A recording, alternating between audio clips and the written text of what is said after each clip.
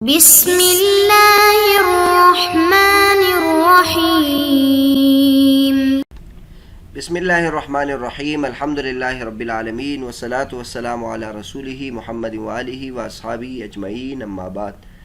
10 number 100 آج کے سبق کا عنوان ہے حدیث موقوف کی بحث۔ قائل کے اعتبار سے حدیث کی اقسام کا ذکر چل رہا تھا۔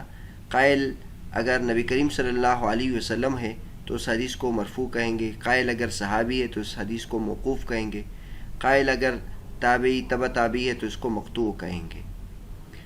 تو مرفوع کے بارے میں تو تفصیل سے گزر چکا، یہاں سے حافظ ابن حجر رحمۃ اللہ حدیث موقوف کے بارے میں بیان فرماتے ہیں۔ فرماتے ہیں او تنتہی غایت الاسناد الی الصحابی کذالک، ای مثل ما تقدم فی کون اللفظ یقتضی التصریح بان المنقول هو من قول الصحابی او من فعله او من تقریره ولا يجيء فيه جميع ما تقدم بل معظمه، والتشبیہ لا تشترط فيه المساواة من كل جهة۔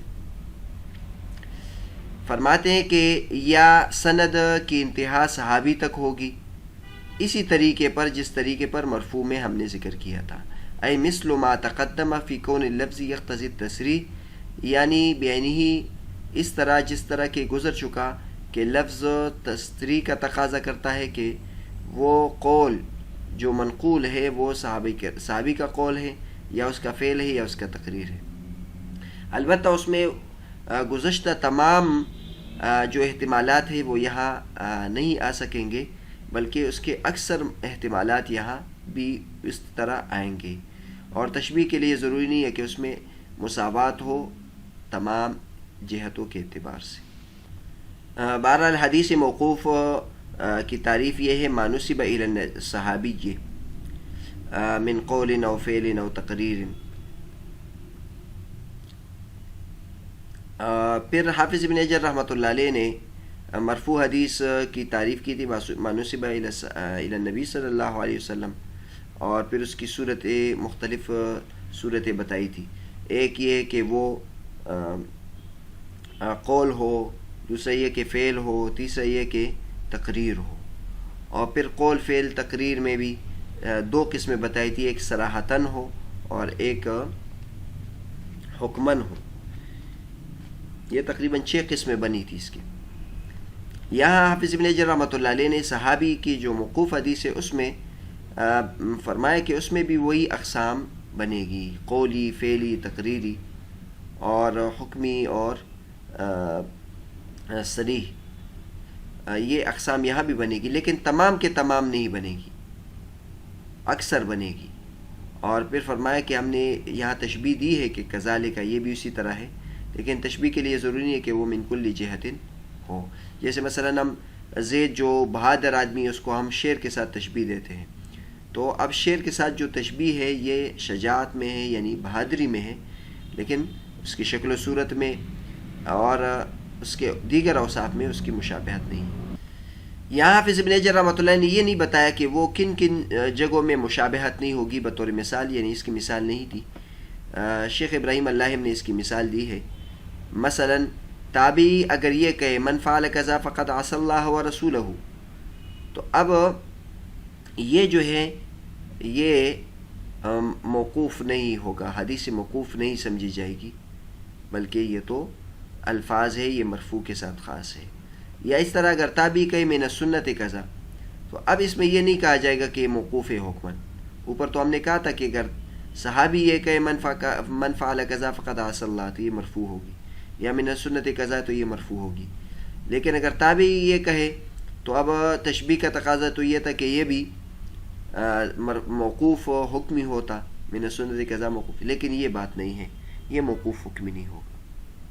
حافظ ابن حجر رحمۃ اللہ علیہ نے موقوف کے بارے میں صرف اتنا مختصر لکھا ہے، اس کے بعد وہ صحابی کی تعریف کی طرف چلے گئے، کیونکہ موقوف حدیث وہ صحابی کا قول فعل تقریر ہوتا ہے، اس لیے صحابی کی تعریف اور صحابی کے بارے میں پوری تفصیل حافظ ابن حجر رحمۃ اللہ علیہ نے ذکر کی۔ انشاءاللہ اگلے سبق میں ہم وہ ذکر کریں گے۔ البتہ یہاں موقوف کی بھی مثالیں ہم ذکر کر دیتے ہیں، جو تسہیل فی علوم الحدیث علی نائف بقائی کی کتاب ہے، اس میں وہ ذکر کرتے ہیں۔ حدیث موقوف کی تعریف وہ کرتے ہیں مانوسب الی الصحابی رضی اللہ عنہ قولا او فعلا او تقریرا، جس میں نبی کسی صحابی کی طرف وہ منسوب ہو، قول ہو یا فعل ہو یا تقریر ہو۔ موقوف قولی کی مثال یہ حدیث شریف ہے۔ مثال الحدیث الموقوف قولی یہ ہے، روا مالک عن ابی حازم ابن دینار عن سہل ابن سعد الساعدی انہ قال ساعتان یفتح لهما ابواب السماء وقل داع ترد علیہ دعوته حضرت النداء للصلاة والصف فی سبیل اللہ۔ یہ سہل بن سعد سعدی رضی اللہ تعالیٰ عنہ سے منقول ہے، وہ فرماتے کہ دو گھڑیاں ایسی ہیں جس کے لیے آسمان کے دروازے کھولے جاتے ہیں، اور بہت کم ایسا شخص ہوتا ہے جو اس میں دعا کر رہا ہو اور اس کی دعا رد کی جائے۔ ایک نماز کے لیے جو اذان دی جائے اس کے وقت، اور ایک اللہ کے راستے میں جہاد کے وقت، اس دوران جو دعا کی جائے اس کے لیے آسمان کے دروازے کھولے جاتے ہیں اور وہ رد نہیں ہوتی۔ تو اب اس کو ہم دیکھیں نبی کریم صلی اللہ علیہ وسلم کی طرف منسوب نہیں کیا، سہل بن سعد سعدی رضی اللہ عنہ کے قول کے طور پر یہ حدیث موطا امام مالک میں ہے۔ موطا امام مالک کتاب الصلاۃ باب ما جاء فی النداء للصلاۃ، حدیث نمبر 7 جلد نمبر 1 صفحہ نمبر 70۔ اور اسی طرح حدیث موقوف ہو اور وہ فعلی ہو، اس میں فعل کا ذکر ہو اور صحابی کے فعل کا ذکر ہو، یہ حدیث شریف ہے۔ روا مالک النافع ان عبد اللہ بن عمر سمع الاقامۃ وهو بالبقیع فاسرع المشي الى المسجد۔ مالک نافع رحمۃ اللہ علیہ سے نقل کرتے ہیں کہ عبداللہ بن عمر رضی اللہ تعالیٰ عنہ نے بقیع میں تھے کہ انہوں نے اقامت کی آواز سنی تو جلدی سے مسجد کی طرف چل پڑے۔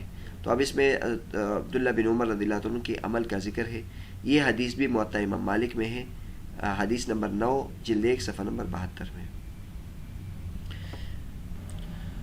حدیث موقوف ہو اور تقریری ہو، اس کی مثال یہ ہے، قال ابن ابی شیبہ حدثنا عثمان قال حدثنا سعید بن زید قال حدثنا عاصم بن بہدلہ قال حدثنا ابو وائل عن عائشة رضی اللہ عنہا قالت كان عثمان يكتب وصية أبي بكر رضي الله عنهما قالت فأغمي عليه فعجل وكتب عمر بن الخطاب فلما أفاق قال له أبو بكر من كتبت؟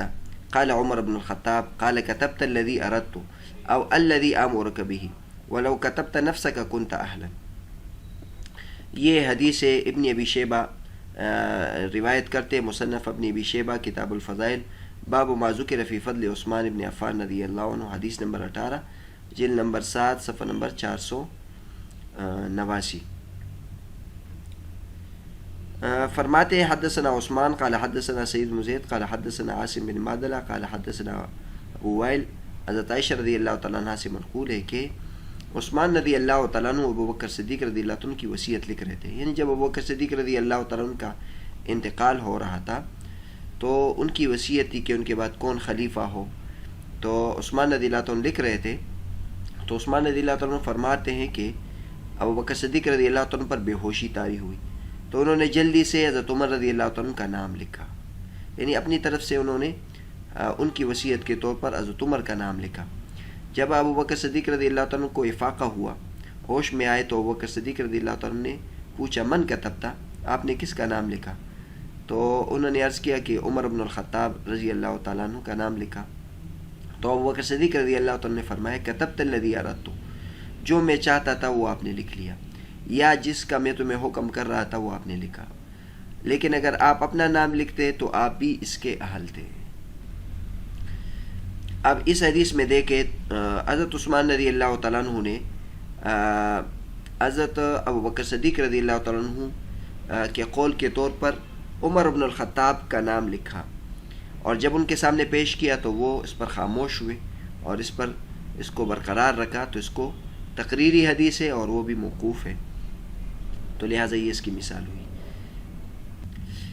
اس کے علاوہ اس حدیث میں یہ معلوم ہوتا ہے کہ حضرت عثمان رضی اللہ تعالیٰ عنہ کی بڑی فضیلت ہے، اس طور پر کہ ابو بکر صدیق رضی اللہ تعالیٰ عنہ اپنے بعد ان کو خلیفہ مقرر کرنے پر بھی مطمئن تھے، یعنی آپ بھی اس کے اہل ہیں کہ آپ بھی خلیفہ بنے۔